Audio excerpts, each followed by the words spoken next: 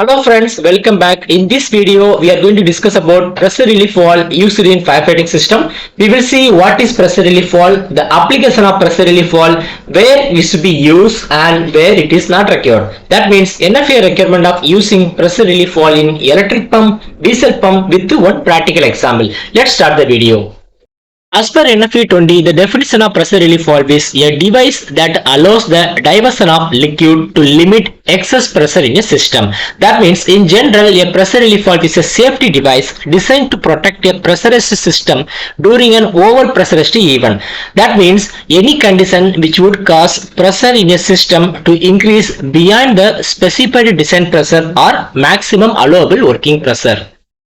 Simply saying, the pressure relief valve will function when the specified design pressure or maximum allowable working pressure is exceeded than the set value. Coming to the location of the pressure relief valve, you can see the NFPA 20 definition. The relief valve shall be located between the pump and the pump discharge check valve. So here you can see the pump located here, and here the check valve is here. This is the check valve, and which is supplied to the firefighting system.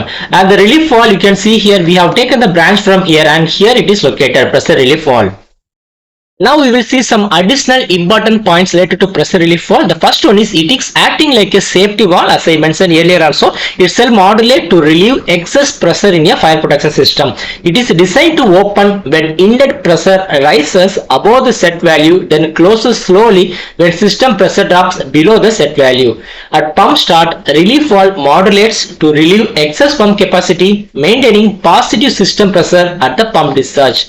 When the fire demand slows or ceases, the relief valve opens, diverting entire pump output to discharge, allowing the fire pump to be stopped without causing surging in the lines. So it shall close gradually to control the surges in the system. As per NFPA 20, we can size the relief valve and relief valve pipe discharge using this table, and this is very important to note down that this is the minimum pipe sizes they have given based on the pump rating in the GPM. And addition to this one important point to note down here is the size which is given is a minimum pipe size, but we have to perform proper hydraulic calculation to find out the exact relief valve and relief valve discharge pipeline sizing. So in this table you can see the relief valve sizing and relief valve discharge sizing they have given. First I will tell you what is the difference of these two. So in this image you can see the relief valve is located here, and here we have the fire pump, and here we have the check valve. So as I mentioned earlier, this relief valve should be located in between these two, and so here we have the relief valve. From here this line is going to the system, I mean the above ground tank, firefighting tank. So now we are going to see about the sizing of the relief valve and also the relief valve discharge piping. So these two arrangement. So here for example, if you see the 500 GPM firefighting pumps, then the relief valve size will be 3 inches and the relief valve discharge piping size will be 5 inches. So this relief valve size will be 3 inches and the discharge piping size will be 5 inches. Similarly, if you go to 1000 GPM firefighting pumps, you can see the relief valve size is 4 inch and also the relief valve discharge size is 8 inch. So this table is a minimum pipe size, as I mentioned earlier, you have to follow for the sizing of the relief valve and relief valve discharge line.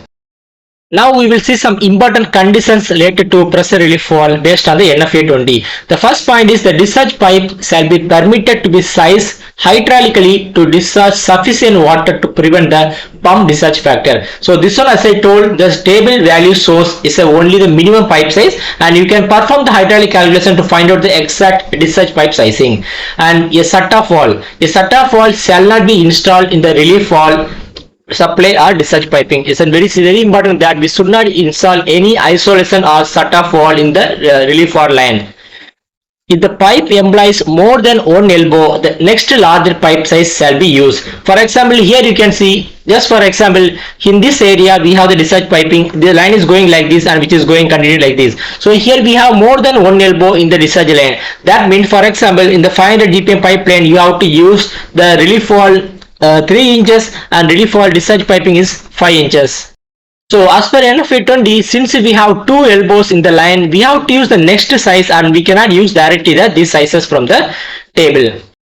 And coming to the next point, relief valve discharge piping returning water back to the supply source, such as above ground firefighting tank, shall be run independently and shall not be combined with the discharge from the other relief valve. Suppose in your system you have one or more relief valve, for example you have two relief valve, and you should not combine both the relief valve to send the water to the storage tank, I mean the firefighting storage tank. So both should be run separately and it should not be mixed.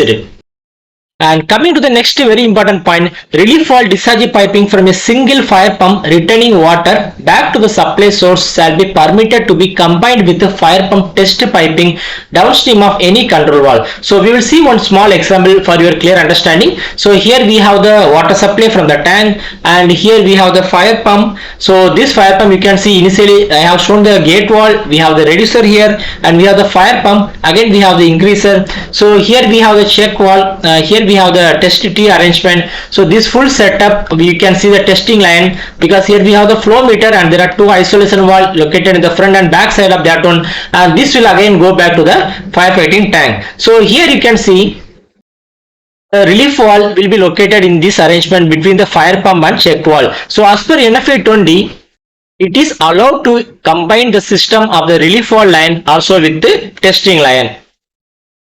So as mentioned here, we have to note on this important point that it shall be permitted to be combined with the fire pump test piping downstream of any control valve. So we can combine the means pressure relief valve line with the testing line which is going to the pressure tank, I mean the firefighting tanks.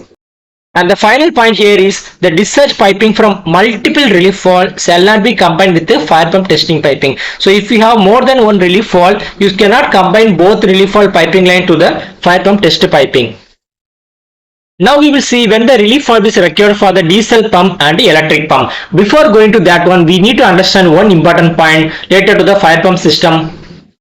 First, we will see the definition as per this slide. Then I will explain with one practical example for your clear understanding. The two conditions in the firefighting we have to see is the overload or maximum flow, and also sun or no flow. So what is overload or maximum flow? The pump must deliver a minimum of 150% of the rated flow at not less than 65% of the rated pressure. So this condition is called as a overload or maximum flow. So the fire pump must also not deliver over 140% of the rated pressure at the zero flow. Now for these two things, we will see one clear example for your clear understanding.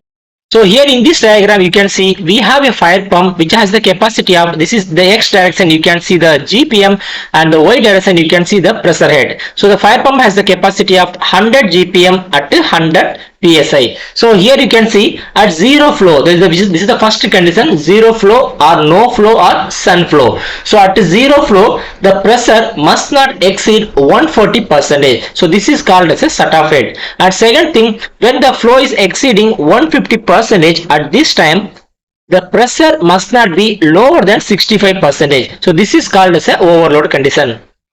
So here we have another and very clear example. For example, we have a fire pump which has a rating of 1000 GPM at 100 PSI. So here you can see this is the rating. The 10 mean it is the X direction is the GPM. So 10 mean is a 1000 GPM, and so this you can see this line.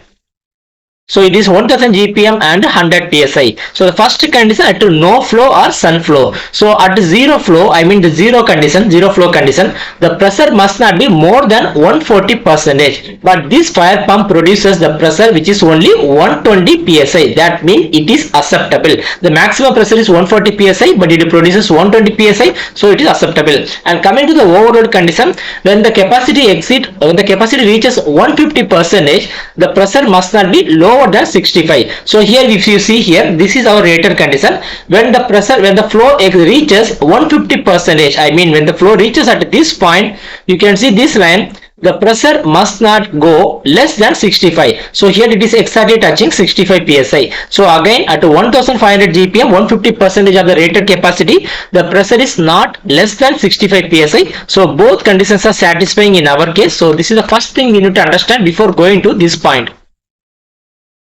So this point, as per based on this example, the rated pressure at sun condition is 120 psi. So I have taken here the 120 psi, that is at zero flow or sun pressure, sun flow, it is 120 psi. So this is as per NFPA 20 definition, that we have to see this point. The total of 121 percentage of the net rated set of pressure. We will see first this point. So 121 percentage means 121 percentage of the net rated set of pressure. That means 1.21. I mean 21 percentage extra. 1.21 multiply with our pressure. So the total value is 145.2 psi. So in addition to this pressure, we have to add one more value, that is called as a maximum static suction pressure.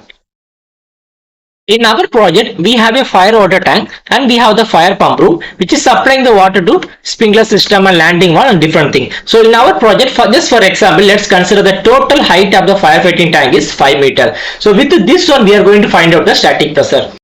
So here we already got 145.2 psi. In addition to that, the tank height is 5 meter head. You know that the basic concept of 1 bar is equal to 10 meter head. So we have 5 meter head tank height. So that is equal to 0.5 bar. So 1 bar is equal to normally 14.5 psi. So 0.5 bar is equal to 7.25 psi. So overall the answer, we are going to add that 145.2 psi. In addition to 7.25 psi, we will get the total answer of 152.45 psi. So here what is mentioned here, 121 percentage of the rated shutoff. I mean this value, 121 percentage of this value plus the maximum static suction pressure. So static suction pressure in our case, we have the tank, and because of the tank we are getting 7.25 psi. Adding both these two exceeds the pressure for which the system's components are rated, a pressure relief valve shall be installed. For example, let's assume that you have the piping, fittings, walls throughout the firefighting system accessories which is rated for